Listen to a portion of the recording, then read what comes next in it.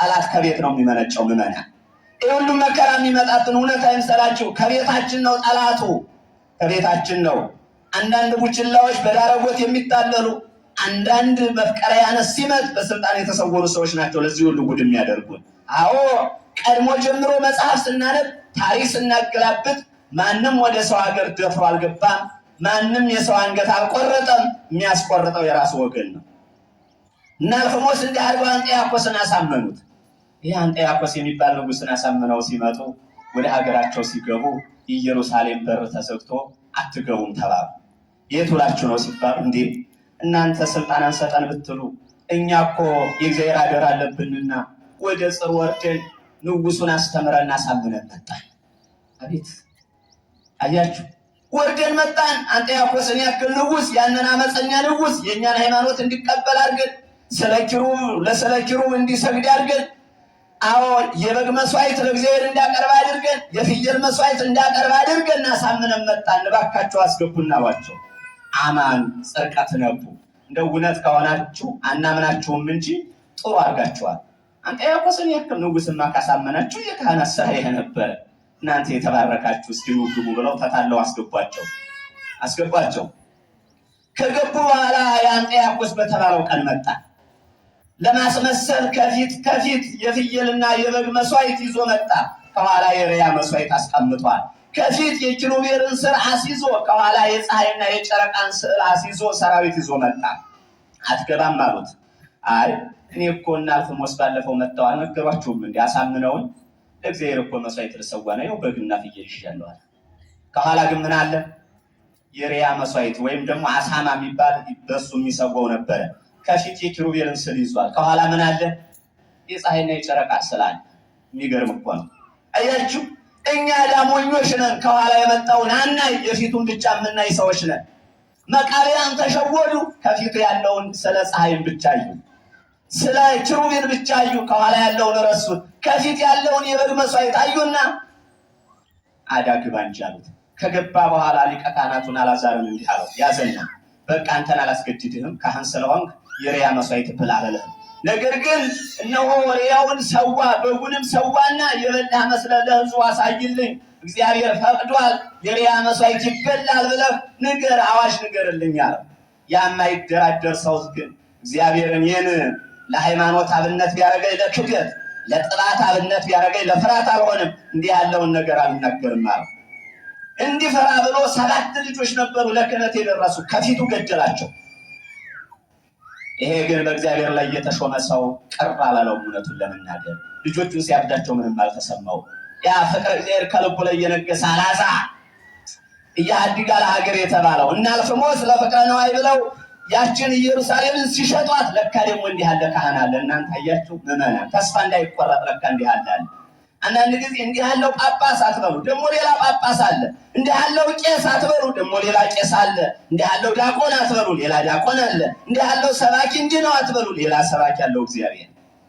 ስምዖንና መፋርስ ሲሸጧት ልጆቹን ያሰዋ አልዓዛር አለ። ልጆቹ አልበቃ ብለው ሚስቱን በጡቷ መካከል ቀኖት አስገብተው በኩላ ሰቀሏት ከፊቱ መካከል። አልዓዛር ግን አሁንም አልተመለሰም። አያችሁ ለካ እግዚአብሔር እንዲህ በልጆቹ የሚጨክን፣ ከልጆቹ አብልጦ የሚወደው፣ ከሚስቱ አብልጦ የሚወደው ሰው አለው ለካ እግዚአብሔር። የማይረባ ሹመት ብለው የሚሸጡት እንዳለ ሁሉ ለካ እግዚአብሔር እንዲህ ያለ ሰው አለው፣ እንደ አልዓዛር ያለ። አሁንም ያልበቃቸውም ይሄ አመፀኛ ንጉሥ ህዝቡን ሁሉ ካሁን በኋላ የሪያ መስዋዕት ብሉ፣ ለፀሐይና ለጨረቃ ስገዱ አለ። አልዓዛርን በብረት ምጣድ ቆርጦ እንደ ሰም አንጣቶ ገደለው። ያን ጊዜ ግን ወተንሥአ ይሁዳ ኃያል ወጽኖ፣ ይሁዳ የሚባል ኃያል ሰው ተነሳና ጦር ገጠመው ይላል። ጦር ገጠመው። አዎ ያ በኢየሩሳሌም የሚኖር ይሁዳ 12,000 ህዝብ ነበረ። 4,000 ህዝብ ይዞ ወጣ እየተዋጋ። አያችሁ 4,000 ህዝብ ይዞ ወጣ። ታዲያ እንዲህ አሉ እነዚህ ሰዎች፣ እግዚኦ ሰማዕነ በዘኒነ አበዊነ ይነገሩነ ዜናውነ ክብረ ዘገበርከ በመዋዕሊሆሙ በመዋዕለ ትካት። አቤቱ ታምርህን አባቶቻችን ነግረውን ነበር። ከኢየሩሳሌም ስታመጣቸው የግብፅን ባህር እንደከፈልክላቸው፣ ፈርዖንን እንዳሰጠምክላቸው፣ እነሱም በደረቅ እንዳሻገርካቸው ሰምተን ነበር። በጆሮአችንም አይተን ነበር ብዙ ታምራት እንደምታደርግ። አንተ ምን ይሳነሃል? እስራኤልን ነፃ ስታወጣቸው ባሕረ ኤርትራን ስትከፍል አይተናል። አኮ ዘወረስዋ ለምድር በኩናቶሙ ኢየሩሳሌምን የወረሷት በጦራቸው አልነበረም። አንተ ከፊታቸው እየመራሃቸው በደመና እየከበብካቸው ኢየሩሳሌምን ሲገቡ አይተን ነበር። ይዜሰ ገደፍከነ ወአስተኀፈርከነ፣ ዛሬ ግን እኛን ተውከን።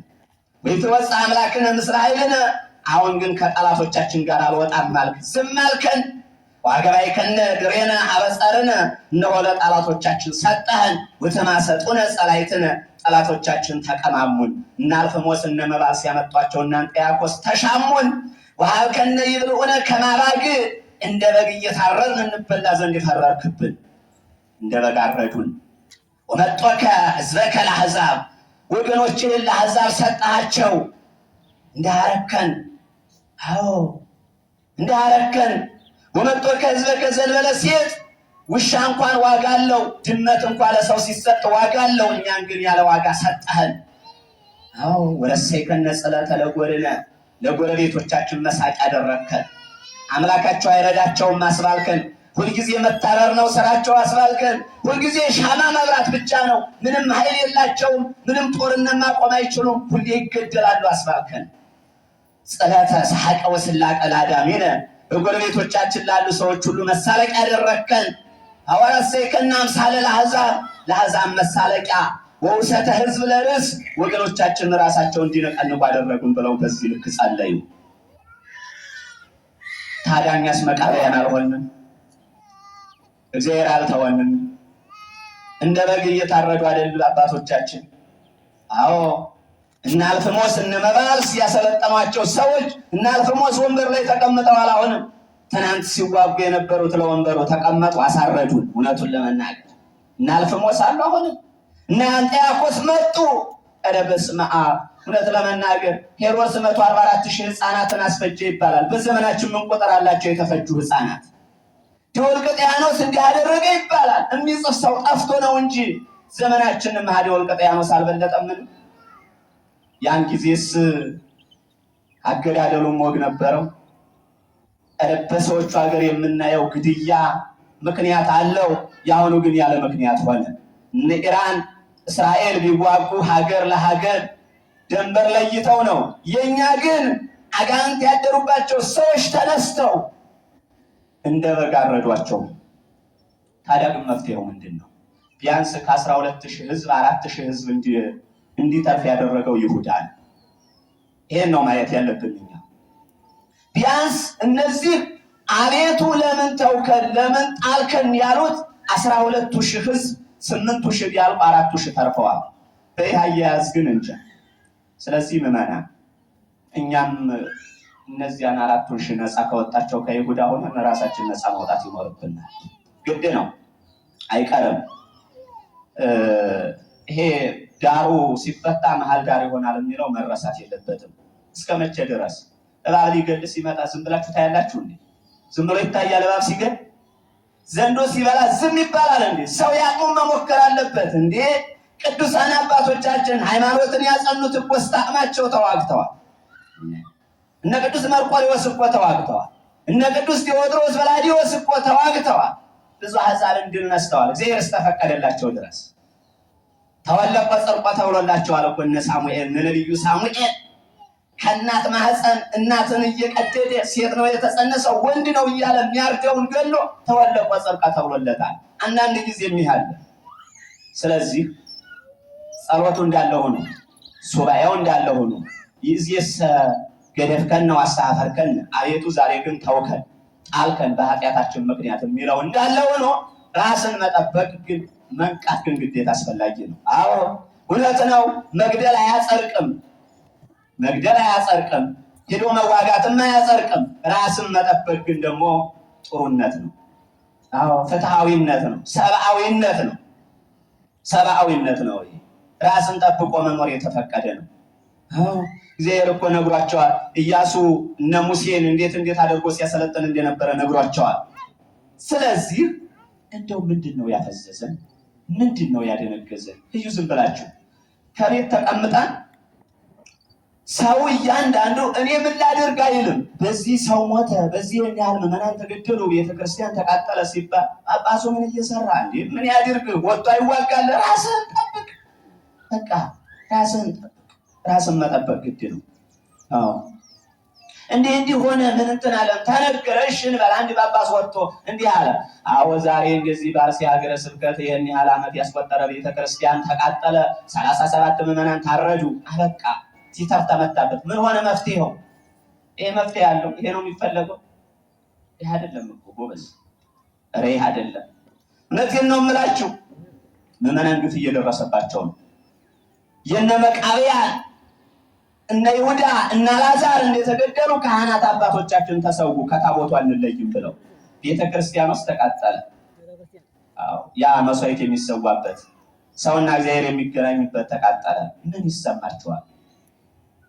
ስለዚህ ምንድነው መፍትሄው? የመጀመሪያው ይዘሰገረከን ነው አስተሐፈርከን፣ አቤቱ ተውከን ጣልከን።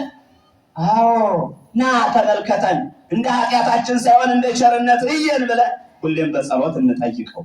ከዛ በተረፈ ግን ራሳችን ብዙ ሀገሮች እነ ሶሪያን ስንመለከት ሌሎችም በክርስትና እምነት የነበሩ ሀገሮች ባዶ ሆነዋል። ኢትዮጵያም ያለው ድርድር ይህን ይመስላል። እያያችሁ ነው። በእምነታቸው ብቻ ነው ምዕመናን የተገደሉት። ደንበር አልገፉ፣ ጦር መሳሪያ ይዘው አልወጡ፣ ሀገር ሊወሩ አልመጡ። ከተኙበት ከቤታቸው ነው የተባረሩት። ቤተክርስቲያናቸው ነው የተቃጠለችባቸው። ታዲያ ከዚህ በላይ ምን ሞት አለ? አዎ አባቶቻችን እኮ እንደ ሶምሶን እኮ መሞት አይቀርም ብሎ ይዞ ሞቷል። አንዳንድ ጊዜ እዚህ መማር ነው፣ ይዞ ሞቷል። አዎ ሳለ እግዚአብሔር እየረዳው በአህያ መንጋጋ ብዙ ሕዝብ አጥፍቷል። ሲሞት ግን መጨረሻ አይኑ እንኳን ቢጠፋ አሕዛብ ከሚገዱ ቢሉ ምራኝና ውሰደኝ አለ። እነሱ በሱ እየተሳለቁ አይኑን አውጥተው ሲዘብቱ ሲዘባበቱ ሲስቁ እየበሉ እየጠጡ እንዲህ አደረግነው ሶምሶንን ሲሉ አዳራሽ ተሰብስበው እንዲዘፍንላቸው ጠሩት ነው የሚለው። አይኑን አውጥተው እነሱ እየበሉ እየጠጡ እየሳቁ እየተሳለቁ ጠጅ አቅርበው ጮማ እየቆረጡ በሱ ሊስቁ ና ይሄን አይነ ስውር አዘፍንልና አሉት። ሶምሶን ግን ቆራጥ ነው። እውነትን ለመናገር ቆራጥ ነው። ናስኪያ ላይ አንድ የሚመራውን ሰው ወደ ዘፈኑ ቤት ካስገባው በኋላ የቤቱን ምሰሶ አስይዘኛል። የቤቱን ምሰሶ በእጁ ሲያዘው ደሰሳ ይዞ ያንን ቤት ነቅ አድርጎ ይዟቸው ጠፋ ነው የሚለው። ምክንያቱም እንደሚገሉት ስለሚያውቅ ማለት ነው። ይሄ ነው ምዕመናን፣ ራሳችን በልጆቻችን እያንዳንዱ መንቃት አለብን።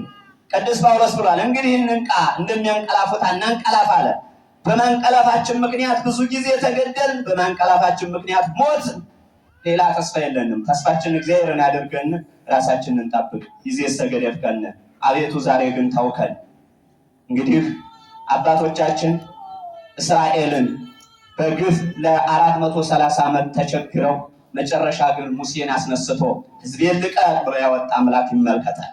አዎ በፋርስ በባቢሎን ለ70 ዓመት ናቡከደነጾር መከራ ሲያሳያቸው የነበሩትን እንደ ድልድይ እየተሸጋገሩ ሲሰቃዩ የነበሩትን እስራኤልን ከባቢሎን ውጡ ብሎ ዘሩባቤል የሚባል ካህን አስነስቶ ከ70 ዓመት በኋላ ድል ያደረገ ባቢሎናውያንን ያወጣ፣ እስራኤልን ከባቢሎን ያወጣ፣ እስራኤልን ከግብፅ ያወጣ ቅዱሳን አባቶቻችን በዚህ መንገድ ሕይወታቸውን ያደረገላቸውን እሱ እግዚአብሔር አምላክ አሁንም አይተወን።